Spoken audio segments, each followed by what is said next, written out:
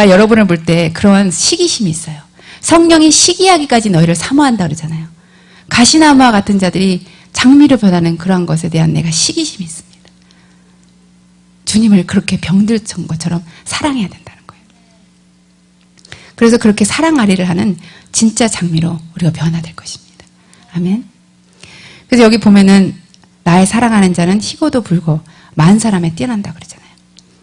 희고도 불다는 말은 주님의 인성과 신성이 함께 있다는 거예요. 그분만이 인성과 신성이 함께 있으세요. 그렇죠? 그래서 붉고 희고. 근데 그분이 가장 뛰어나다. 가장 탁월하신 분이다. 일천 남자보다 더 뛰어나다. 으뜸이다. 그걸 자랑하는 것입니다. 이러한 자랑거리가 있으셔야 돼요. 그리고 그 머리는 정금 같다. 금이라는 거는요, 신적 성품을 의미해요. 그래서 시편 45편에도 우리가 주님의 왕으로 불림을 받는데, 왕으로 불림을 받아서 결혼하게 되잖아요. 그러면 웨딩 기프트가 있습니다. 근데 웨딩 기프트가 뭐냐면 두로에서 온 오빌의 금으로 실어온다 그래요. 여러분, 두로라는 시는, 그 도시는 굉장히 금이 많았던 도시예요. 그래서 여러분이 결혼을 하게 되니까 그 영적인 은사들, 웨딩 기프트로 금을 실어서 오는 거예요. 막 마차에 실어서 오는 거예요. 근데 금이 상징하는 것이 신적인 성품이라는 거죠. 곧 여러분에게 성령의 은사가 임하는데, 신적인 성품의 은사가 임하고, 예, 신적인 그 차원의 은사가 임한다는 것입니다. 금이 그런 의미를 말하는 거예요.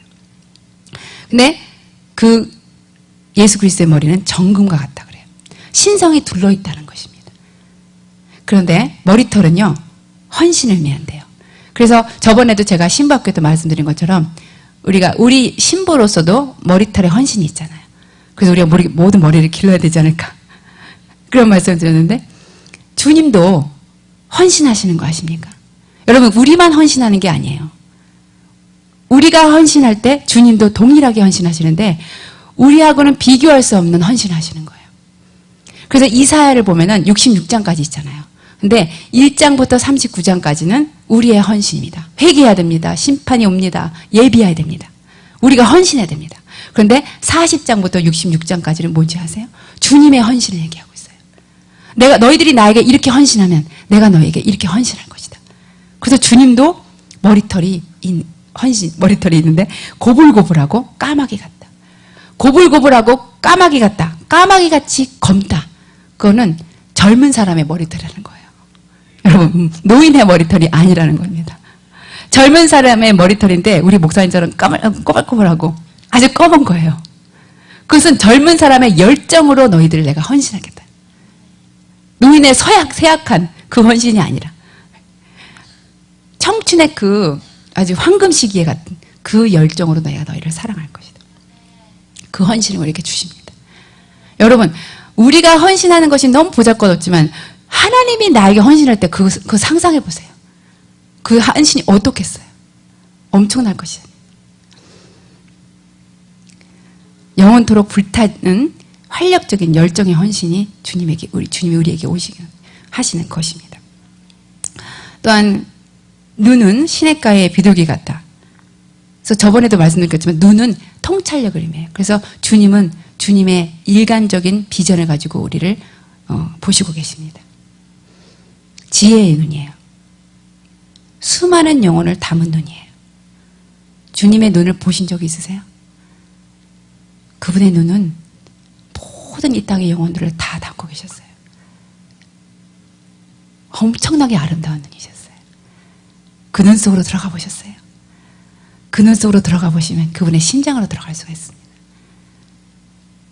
그 눈을 보셔야 돼요. 근데 그 눈은 저주로 씻은 눈 같다 그래요. 그것 뭐예요? 깨끗한 눈이에요. 청결한 눈이에요.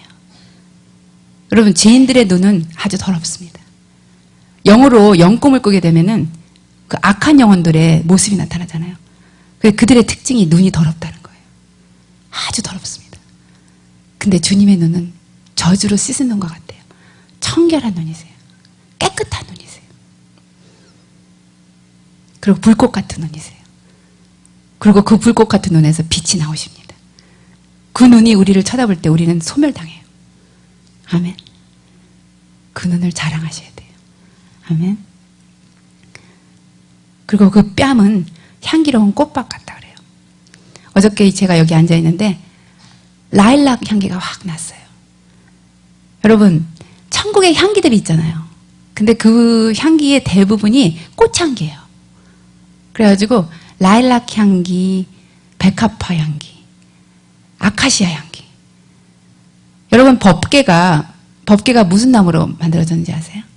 아카시아 나무로 만들어졌어요. 그래서 어떤 사람이 법궤의 영성을 가진 사람 옆으로 가면 아카시아 냄새가 납니다. 라일락, 바닐라 향기, 이 모든 게 천국의 향기예요. 그런데 그 향기로운 꽃밭은 주님의 애정을 의미한다는 거예요. 그 라일락 향기에서 느껴지는 주님의 애정을 느끼세요. 제가 한 번에 여기서 기도하는데 주님이 너무 깊이 느껴졌어요. 밤늦게 한 2, 3시 됐는데 이제 나가는데 바깥에 라일락 나무도 없는데 라일락 향기가 너무 진하게 있는 거예요. 그래서 어떻게 하다 바람에 의해서 라일락 그 나무가 그 향기를 내나 보다 그랬는데 재밌는 거는 운전을 하고 집에 갔잖아요. 근데 집에 내렸는데 우리 집 근처에는 라일락 나무가 없거든요. 근데 똑같은 향기가 거기서 나는 거예요. 그 향기가 제 주변에 있었다는 거죠. 하나님이 그렇게 주님의 애정을 표현하십니다. 아멘. 예. 그래서 그 향기 가운데 하나님이 이렇게 우리를 사랑하는구나. 예. 그 애정을, 그 뺨을 느끼는 거예요. 이 향기로운 풀 언덕가다 같다 그래요. 근데 입술은 백합화 같다. 입술은 말씀을 의미해요. 그래서 그 말씀은 백합화 같이 순전한데 모략의 즙이 뚝뚝 떨어진다 그랬습니다. 여러분, 예수님의 말씀이 면선될 그 언급된 곳마다 모략이라는 말이 나와요. 모략은 죽음을 의미한다 그랬죠. 자기 부인을 의미한다 그랬잖아요. 십자가를 의미한다 그랬잖아요. 근데 그 모략의 즙이 뚝뚝 떨어진대요. 여러분, 성경을 펼칠 때마다 여러분 주님의 보혈이 뚝뚝 떨어집니다. 여러분, 주님의 말씀을 읽을 때마다 그 보혈의 피가 우리 가슴에 뚝뚝 떨어지는 거예요. 모략의 즙이 뚝뚝 떨어지는 겁니다. 그래서 우리 심장을, 이 더러운 심장을, 우리 더러운 양심을 깨끗게 하는 것입니다. 아멘. 근데 그 말씀이 순전하고 백합화 같고 모략의 즙과 같다. 그래서 성경을 필 때마다 우리에게 포기와 죽음을 요구하시는 것입니다. 피가 흐르면서 피처럼 우리에게 흘러질 때 우리에게도 동일한 걸 요구하시는 거예요. 그래서 죽음과 포기 없이는 주님을 알 수가 없습니다. 근데 제가 안수할 때마다 느껴지는 것이, 전에도 제가 목사님께 말씀드렸지만, 어떤 사람은 한 번도 주님에게 포기한 적이 없어요. 한 번도 주님한테 뭘 드려본 적이 없어요. 그러니 그게 느껴지는 거예요. 주님을 알 수가 없는 거예요. 주님을 우리가 왜 모릅니까? 한 번도 드려본 적이 없어요. 한 번도 제 것을 포기한 적이 없어요. 하나님을 아는 길은 너무나 쉬워요. 내 걸 포기하면 됩니다. 포기와 자기 부인, 죽음. 그러면 주님이 그 생명으로 내게 오시는 것입니다. 너무나 가슴이 아파요. 안수를 하는데 너무 갑갑한 거예요. 그 영이 너무너무 묶여 있어요. 캄캄해요. 캄캄한 어둠 그 자체예요. 한 번도 포기한 적이 없기 때문에. 한 번도 자기 것을 놓지 않았기 때문에. 그런데 주님한테 가는 길은 우리가 포기할 때 그렇게 되는 것입니다.